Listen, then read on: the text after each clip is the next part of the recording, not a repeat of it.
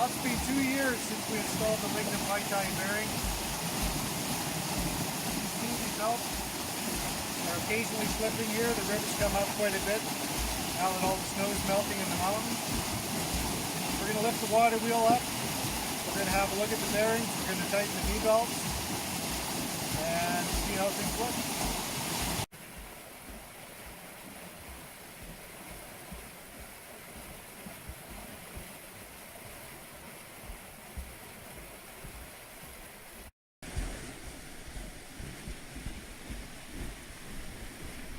So this is the hydraulic power unit here where we use this to lift the water wheel up out of the water.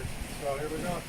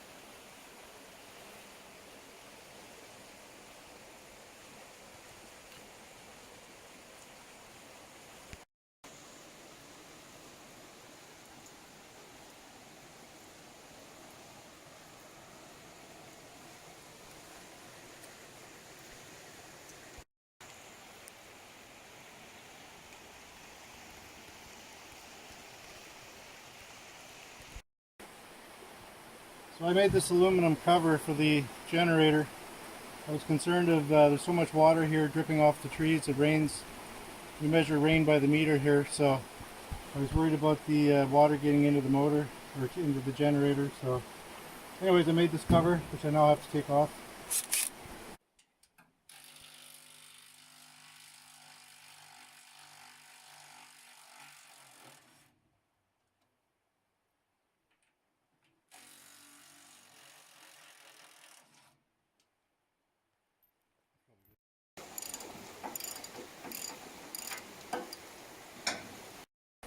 To tighten the belts, I need to loosen the bolts on the slide here, then I can just tighten up these jacking screws and tighten the belt.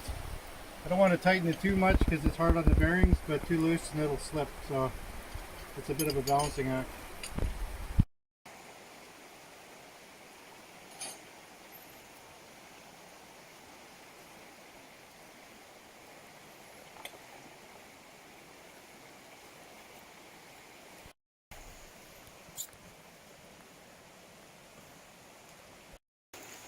So this is how I tighten the V-belts. I tighten these jacking screws, it pulls the motor back.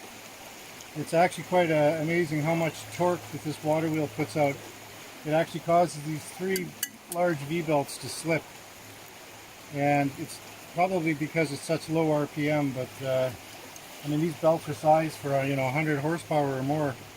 Yet this makes nowhere near that much, but it just makes so much torque that it can cause these to slip. There's also the issue of belt contact here. You can see that it'd probably be better if I had an idler in there to just give a little more wrap around this smaller pulley.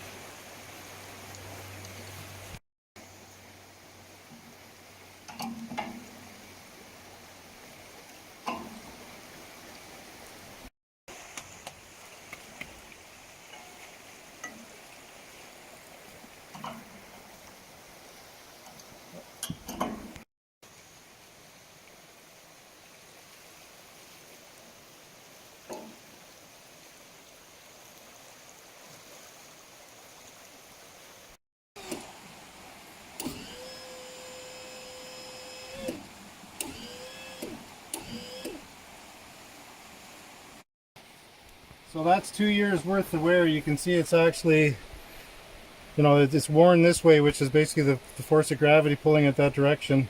It's actually worn you know, 5/16 of an inch at least there. Uh, Kind of the good news about it, as it wears more, it should actually start wearing less, because how these bearings are lubricated is as water gets in, it helps to lubricate. And another issue that I was kind of concerned about is the fact that this block is just wood. It could crack. I don't know how strong this lignum vitae material is from a strength point of view. I know it wears really well, but I did wrap it in this stainless steel wrap because I was worried about if this ever cracked, I could lose the whole water wheel into the river. So that was something that was keeping me up at night. So I feel a little better. I wrapped this stainless steel. It's almost like shim stock. And just one other thing I'd like to point out too is I also drilled a hole on the side here to admit, this will help admit more water into the bearing when it's facing downwards. Because when this wheel is in the running position, this will be at the top and water will drip into that hole and hopefully lubricate the bearing better.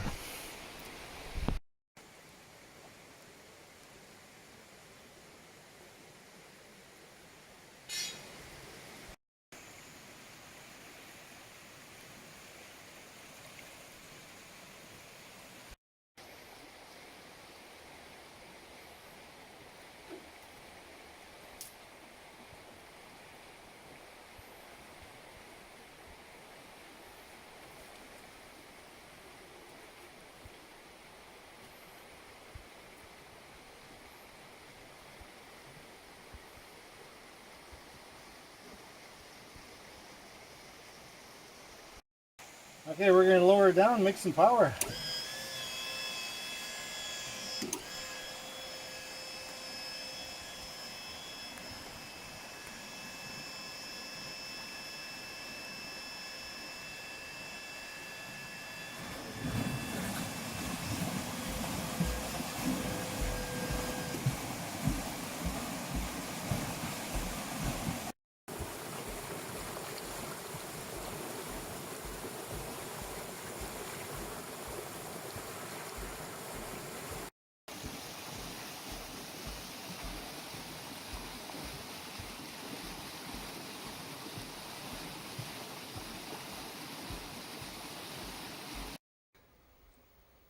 So you can see we're making around 800-900 watts right now. It's bouncing around a little bit, but that's just the nature of the river. As it picks up, oops, see if I can't get the light back here. As the river picks up, we're going to start making more energy. It seems to max out around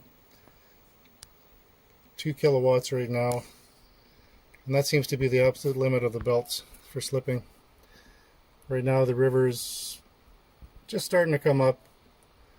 It's up about a foot over the lowest point of the year, so it's we're back into the generating season now. So pretty happy if we can generate around 1500 watts continuous here.